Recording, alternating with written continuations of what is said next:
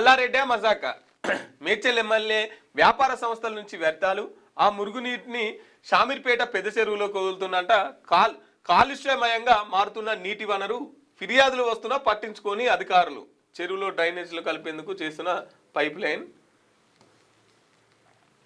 Greater హైదరాబాద్కే తలమానికంగా ఉన్న షామీర్పేట పెద్ద చెరువు ఇప్పుడు మురికి కూపంగా మారిపోతున్నది. దీనికి ఎమ్మెల్యే చామకూర మల్లారెడ్డికి చెందిన వ్యాపార సంస్థలే కారణమనే ఆరోపణలు వస్తున్నాయి. తన వ్యాపార సంస్థల నుంచి వెలువడుతున్న మురుగునీరు మానవ వ్యర్థాలను నేరుగా చెరువులోకి కలపడంతో కాలుష్యమయమవుతుందని స్థానికులు ఆరోపిస్తున్నారు. దీనివల్ల చెరువు ఉనికికే ప్రమాదం ఏర్పడుతుందని వాపోతున్నారు. చెరువులోకి వ్యర్థాలు రాకుండా అడ్డుకోవాల్సిన అధికార యంత్రాంగం ఆయన రాజకీయ ఒత్తిళ్లకు తలగ్గుతుందని విమర్శిస్తున్నారు. ఎఫ్టీఎల్ బఫర్ జోన్ ను ఆక్రమించి మేడ్చల్ జిల్లా షామీర్పేట మండల కేంద్రాన్ని ఆనుకొనున్న షామీర్పేట పెద్ద చెరువులో 1200 ఎకరాల విస్తీర్ణంలో చెరువు ఉంటే దాంట్లకు ఇక అన్నిట్లలో నేనే ఫస్ట్ నేనే సోషల్ మీడియాలో విద్యా సంస్థలలో నెంబర్ వన్ అనుకుంటాడుగా. ఇగో ఇట్లా ఖరాబ్ చేసుట్లా చెరువులు ఖరాబ్ చేసుట్లా కూడా పోటీ పడుతున్నాడు మల్లారెడ్డి గారు.